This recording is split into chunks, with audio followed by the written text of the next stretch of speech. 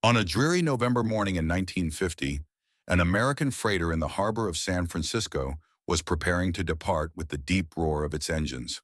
On the deck, Lieutenant John "Johnny" Mitchell, 24 years old, slung his backpack over his shoulder and lined up with the other soldiers. The air was filled with the salty smell of the Pacific Ocean, but what really hit Johnny's nose was the smell of the ship's rusty iron. They were on their way to Korea, to an unknown war. The news they heard on the radio said that Chinese troops were massing at the border in support of North Korea. Johnny thought about how hard this war would be, but a fire burned inside him, the desire to protect his country. Leaning against the ship's railing, Johnny took one last look at the skyline of San Francisco. In the distance, the red spires of the Golden Gate Bridge rose gracefully in the morning mist. The sight reminded him of home, of his small town in Texas. The smell of his mother Clara's cornbread in the kitchen, the sound of his father's old pickup truck engine, the laughter of his little sister Emily. Johnny pulled a letter Emily had written to him from his pocket. In Emily's childish handwriting were the following lines. "Johnny, please come back. I'm waiting to hug you." Johnny smiled as he read the letter, but his eyes filled with tears. "I'll be back, Emily," he whispered to himself. The other soldiers on board felt the same way. Private Paul "Red" Thompson, with his red hair and freckled face, turned to Johnny and asked, "Lieutenant, how long do you think this war will last?" Red was a fisherman from Boston, and in his pre-war life, he liked to go out on the ocean in his boat. Johnny shrugged. "I don't know, Red, but we'll pass this test together." Red nodded, but there was a glimmer of concern in his eyes.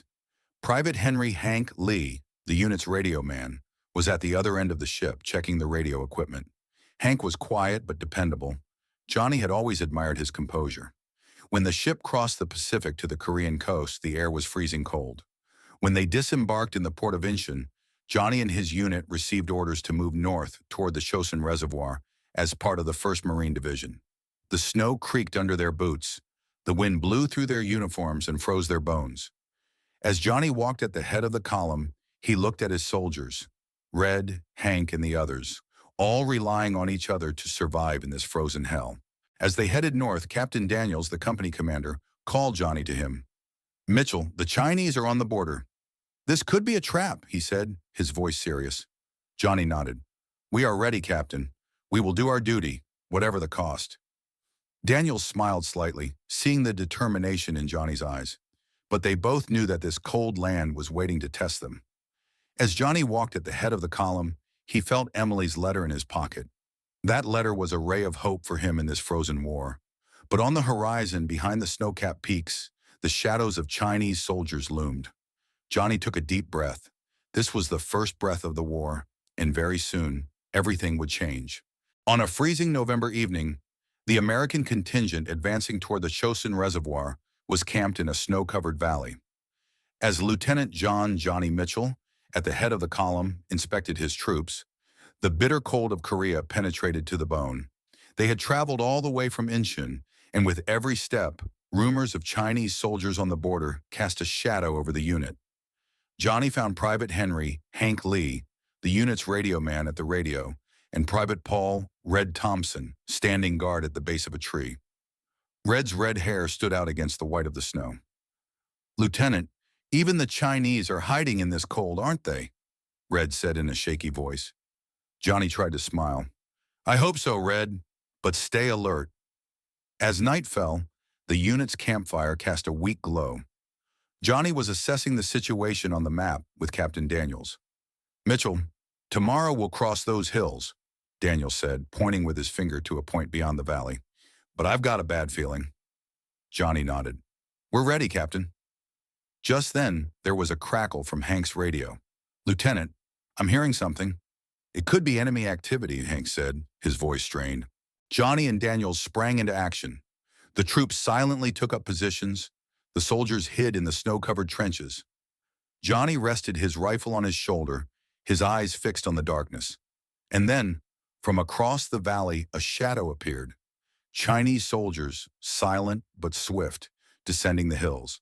They numbered in the hundreds, their uniforms covered in snow, but the weapons in their hands were ready to kill.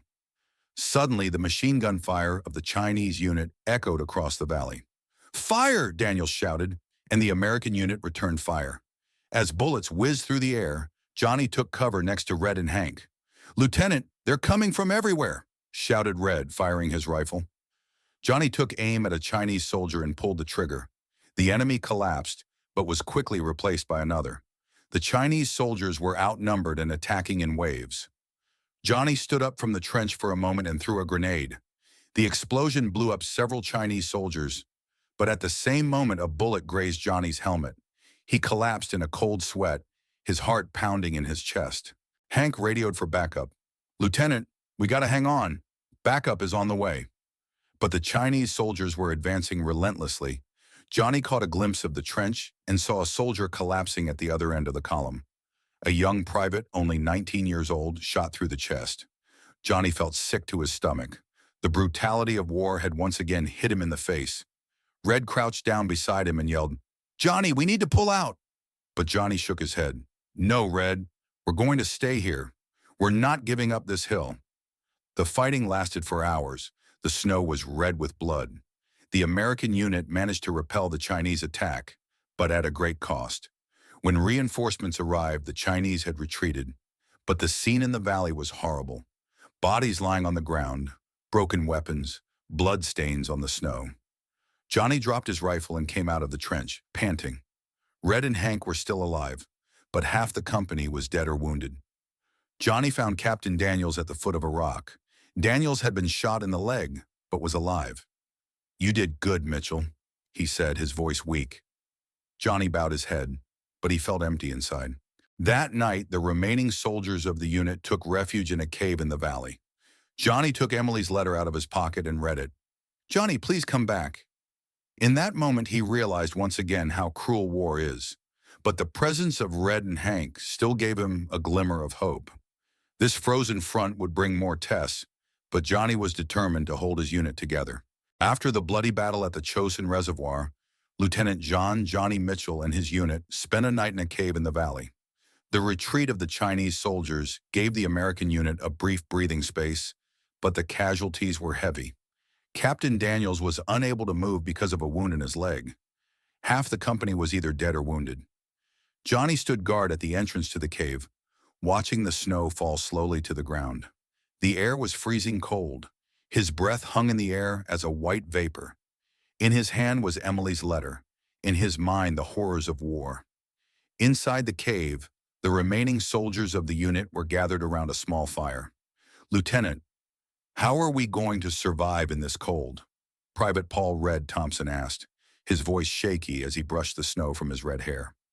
Private Henry Hank Lee was at his radio, waiting for word from his support unit. "Hank, did you hear anything?" Johnny asked as they entered the cave. Hank shook his head from side to side. "Not yet, Lieutenant, but the radio's still working."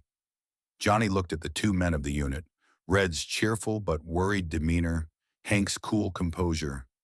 They were Johnny's rock in this frozen hell.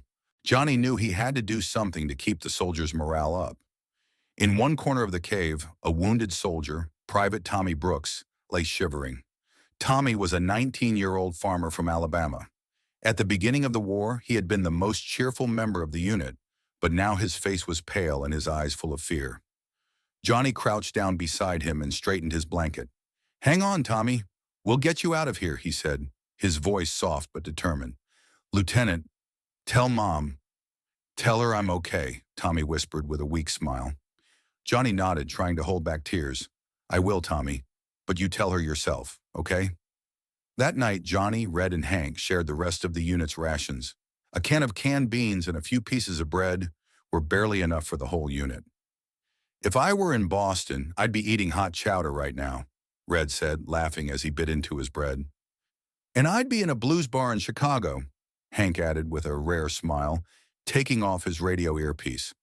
Johnny turned to them and said, "If I were in Texas, I'd be running through the cornfields with Emily," his voice full of longing. These small memories connected the soldiers. In the midst of the war, these memories from home gave them hope. The next morning, the unit's condition worsened. Tommy's fever was high and rations were running low. Johnny assessed the situation with Captain Daniels. "Mitchell, the Chinese will be back," Daniels said, his voice weak. "But we must hold out until reinforcements arrive." Johnny nodded. We'll hold together, Captain. That day, Johnny, Red, and Hank formed a line of defense, clearing the snow around the unit. While shoveling snow, Red said, "Lieutenant, if we get out of here alive, I want to come to Texas and see those cornfields." Johnny smiled and said, "I promise, Red. Emily would love you." As the sun set, the morale of the troops had risen somewhat, even in these difficult conditions. Johnny looked at his soldiers. Red's determination, Hank's composure, Tommy's will to survive. They were clinging to each other, trying to survive on this frozen front. But Johnny sensed a new danger on the horizon. Somewhere in the darkness, Chinese soldiers were planning their next move. Johnny held Emily's letter tightly in his pocket. It was the only thing that kept him going. For Lieutenant Johnny Mitchell and his unit, the few days they had spent in the cave at Chosin Reservoir had been somewhat calm. But this calm was only the calm before the storm. As the American contingent struggled to survive in the freezing cold, the shadows of the Chinese soldiers crept ever closer. Johnny stood guard at the entrance to the cave while the rest of the troops gathered around the fire.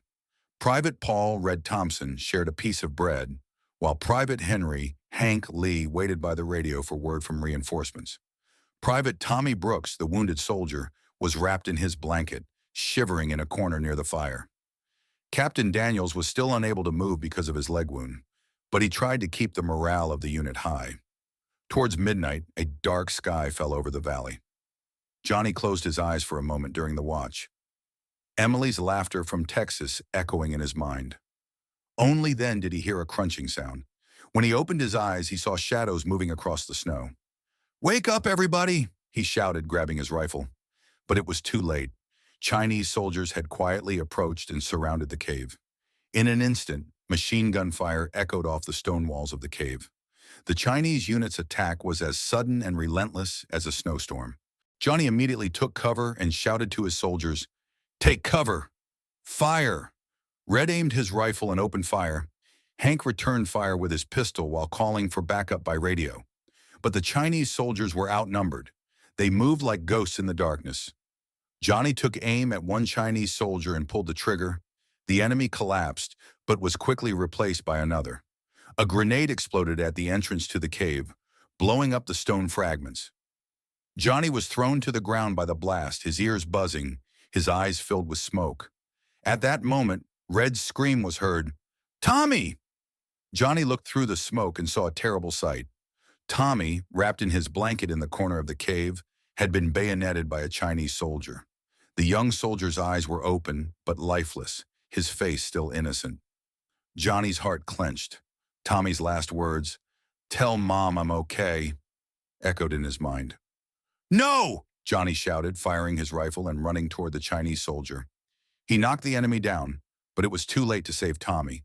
The raid by the Chinese soldiers broke the unit's remaining strength. Johnny, Red, and Hank retreated deeper into the cave, Captain Daniels firing his pistol despite his wounded leg. But the Chinese soldiers retreated after looting the unit's rations and ammunition. As they disappeared into the darkness, they left only destruction. Johnny crouched beside Tommy's lifeless body, his hands shaking, his eyes full. "Lieutenant, there was nothing we could do," Red said, touching his shoulder, his voice fragile. Hank radioed that reinforcements were on their way, but even that news couldn't fill the emptiness inside Johnny. At the entrance to the cave, on the snow, Tommy's blood began to freeze. Johnny felt Emily's letter in his pocket. Tommy's promise to his mother now rested on his shoulders. The unit had lost a comrade in this raid, but the presence of Johnny, Red, and Hank was still a beacon of hope. But Johnny knew that they would face more tests on this frozen front. The Chinese soldiers retreated into the darkness to plan their next move. 2 days had passed since the Chinese raid on the cave in the Chosin Reservoir, but Tommy's lifeless body was still vivid in Lieutenant Johnny Mitchell's mind. As the American contingent mourned their losses, reinforcements had finally arrived and moved them to a snow-covered hill in a safer part of the valley. But the freezing cold of Korea still clutched the body and soul of the unit. Johnny was at the head of the unit, checking on his men, listening to the creaking sound under his snow boots. Captain Daniels was still unable to walk because of the wound in his leg, but he had left Johnny in command. Private Paul Red Thompson and Private Henry Hank Lee were Johnny's mainstays. Red's rifle, Hank's radio, the unit's hope for survival. By the time they reached the top, the unit was running out of supplies. Johnny tried to keep the morale of the men high, but the loss of Tommy shook everyone to the core. That evening, as the troops gathered around a small fire, Hank stood guard over his radio. The snow was falling like a curtain around the hill, the howl of the wind echoing in the valley. Johnny was plotting their next move on a map with Red when a crackle came over Hank's radio. "Lieutenant, I hear something," said Hank, his voice strained. Johnny and Red rushed to the radio. Through the static, a muffled voice was heard. "Hawk! Hawk! Hawk! It's a trap. Fall back." The sound suddenly stopped. Johnny looked at Hank with a frown. "Who was that, Hank?" "Reinforcements?" Hank shook his head from side to side. "I don't know, Lieutenant. The signal's too weak, but that voice—" Hank paused, his eyes wide. "That sounds like Tommy." Johnny's heart seemed to stop for a moment. Tommy had died in the Chinese raid 2 days before. This was impossible. But the voice did indeed sound like Tommy's weak, shaky voice.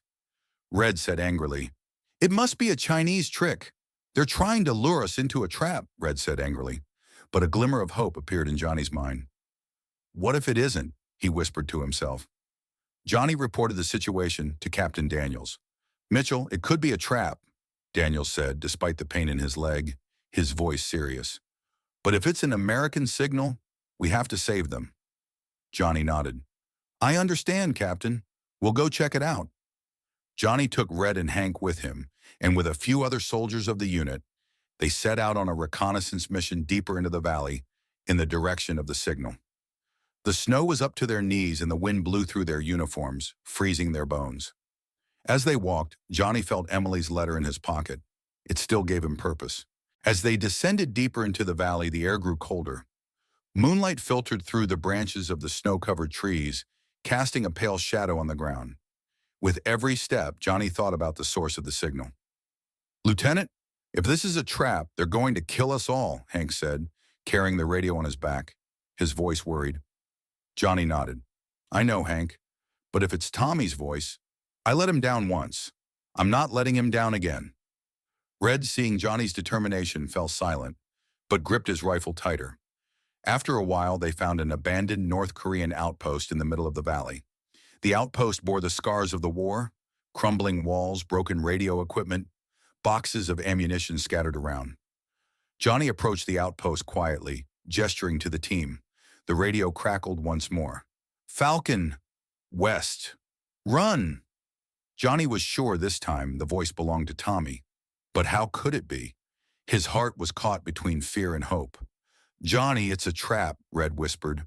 But Johnny had already made up his mind. "We're going west," he said, his voice shaky but determined. As they moved towards the west side of the outpost, they noticed fresh footprints in the snow. Johnny stopped for a moment as he followed the tracks. In the distance, a shadow loomed in the darkness. Chinese soldiers had surrounded the outpost. Johnny signaled to his team and hid behind a rock. The signal from the radio had brought them this far, but now they were in the middle of a trap. Johnny held Emily's letter tightly in his pocket. Would this signal save them or destroy them? Lieutenant Johnny Mitchell and his team had narrowly escaped an ambush by Chinese soldiers on the west side of the abandoned North Korean outpost at the Chosin Reservoir. On Johnny's orders, the team quietly retreated and took refuge in a cave near the outpost. The mysterious signal from the radio, "Falcon! West! Run!" still echoed in Johnny's mind. The voice belonged to his dead comrade Tommy, and though it seemed impossible, Johnny's heart clung to a shred of hope. But now the threat of Chinese soldiers still loomed over them like a shadow. Inside the cave, between the freezing cold stone walls, the remaining soldiers of the unit tried to find a moment of peace. Johnny sat on a rock in a corner of the cave, holding a pen and a worn piece of paper. The team had lost some of their supplies while fleeing the Chinese soldiers. They were running out of food, and there was still no sign of reinforcements. Private Paul "Red" Thompson stood guard at the cave entrance, his red hair blowing in the snowstorm outside the cave.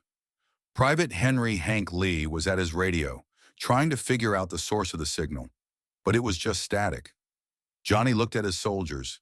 Red's tired but determined stance. Hank's cool composure. They were the comrades who kept him standing in this frozen hell. But Johnny's mind wanted to get away from the horrors of war.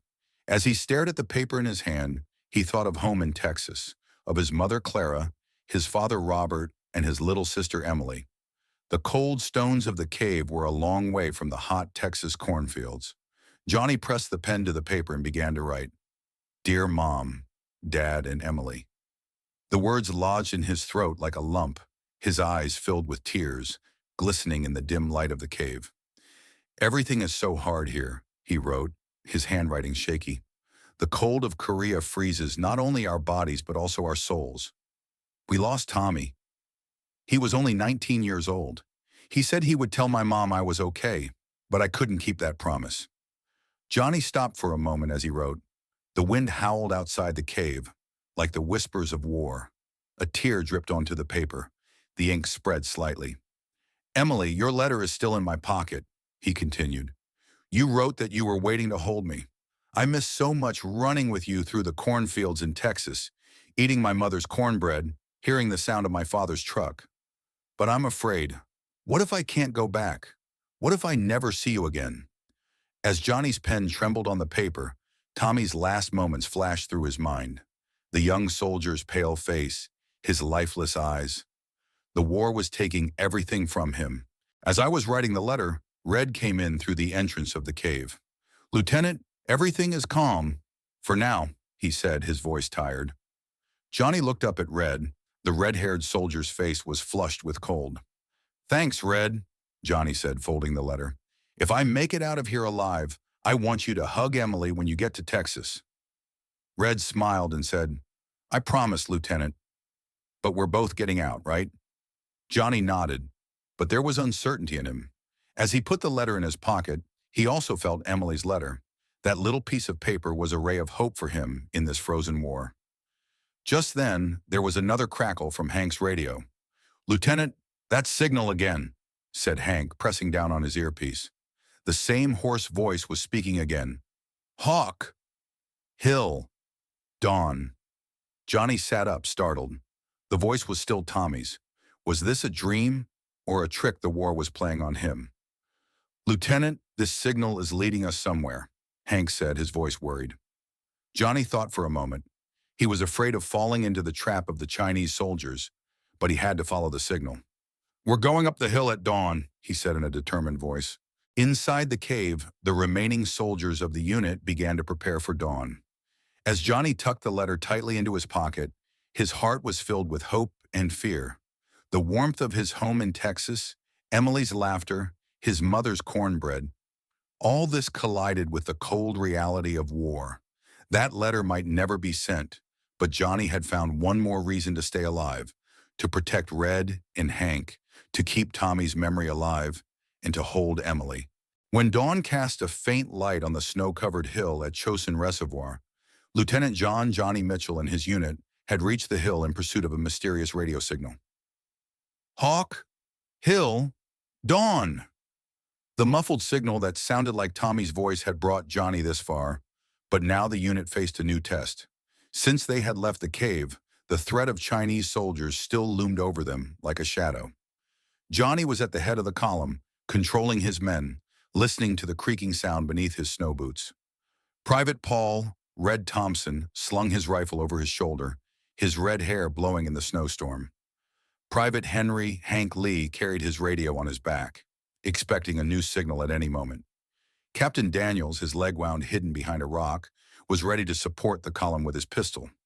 When they reached the top of the hill, the view was terrifying. Chinese soldiers had set up a defensive line in the valley surrounding the hill. They numbered in the hundreds, their uniforms covered in snow, but their machine guns and grenades were ready to kill. Johnny, hiding behind a rock, assessed the situation. "Hank, where's the backup?" he asked, his voice strained. Hank grabbed his radio and said, "Lieutenant, they're on their way, but they're 20 minutes away." Johnny gritted his teeth. 20 minutes was a lifetime on this frozen front. Red crouched down next to him and said, "Lieutenant, we have to take this hill. If the Chinese hold it, our whole line will collapse," he said, his voice determined. Johnny stopped for a moment. He felt the letter in his pocket, the letter he had written to his parents but never sent. Emily's laughter in Texas, the smell of his mother's cornbread, the sound of his father's pickup truck. All this collided with the cold reality of war, but now he had to protect his unit. "Everybody in position," he ordered. The company hid behind the rocks around the hill, rifles ready, grenades in hand. Johnny looked at Red and Hank. These two men were the family he had found in the war. "We go in together, we come out together," he said, his voice determined. "I'm going to Texas to hug Emily, Lieutenant," Red said, smiling. "And I'm going back to Chicago to listen to some blues," Hank added as he put on his radio headset. The blizzard intensified as the Chinese soldiers launched an assault up the hill. As machine gun fire echoed across the valley, Johnny and his unit returned fire. Johnny took aim at a Chinese soldier and pulled the trigger. The enemy collapsed but was quickly replaced by another. Red threw a grenade. The explosion blew up several Chinese soldiers, but at the same moment a bullet grazed Red's arm. "Red!" Johnny yelled, but Red gritted his teeth and shouted, "I'm okay, Lieutenant. Keep going," he shouted. Hank was directing the reinforcements by radio while firing his pistol. The battle turned into a life-and-death struggle. Wave after wave of Chinese soldiers attacked, trying to corner the American unit. For a moment, Johnny rose from the trench and aimed at a machine gun nest. The grenade he threw destroyed the nest. Just then, a bullet grazed Johnny's leg. He fell to the ground, but he didn't give up. "We will not retreat," he shouted to his soldiers. The troops put up a last stand against the Chinese soldiers, and the snow turned red with blood. Just as hope was about to be lost, the sound of an engine was heard from across the valley. The reinforcements had finally arrived. American tanks and infantry broke through the line of Chinese soldiers. Johnny and his unit were re-energized by the arrival of the reinforcements. The Chinese soldiers, outnumbered, began to retreat. Johnny, Red, and Hank stood at the top of the hill, panting. The hill was in American hands, a victory on a frozen front. Johnny sat down on a rock, despite the pain of the wound in his leg. The sky had cleared after the snowstorm, and dawn shone through the clouds with a golden light. Red, smiling despite the graze on his arm, said, "Lieutenant, we made it. I'm going to hug Emily," he said. Hank slid his walkie-talkie off his back and added, "I'm going to celebrate at a blues bar in Chicago." Johnny pulled the letter out of his pocket and handed it to Red. "Send this to Texas, Red." "But I'll be back. I'll hug Emily," he said, his voice full of hope. The war had changed Johnny.